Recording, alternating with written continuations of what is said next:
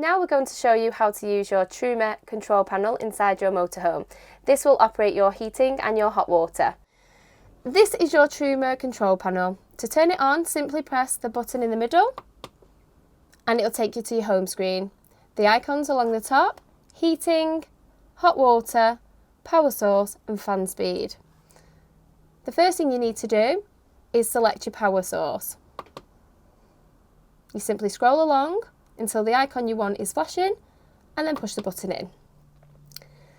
There are 3 different power sources: gas, EL1 and EL2.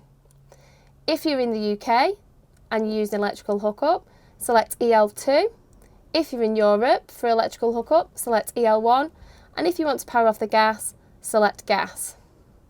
For the purposes of the video, we're going to do electric 2. Next, we'll turn your heating on. Scroll along to the first icon, press the button and it's currently off. Simply scroll your dial along until you get your selected temperature. You can then select your power of your fans, eco or high, and this simply controls how fast the heating comes into the motorhome. Next, we'll turn on your hot water. Scroll along to this icon here. When it's flashing, please select the on. It's currently off. You can put it on eco, hot or boost. All of them will heat your water.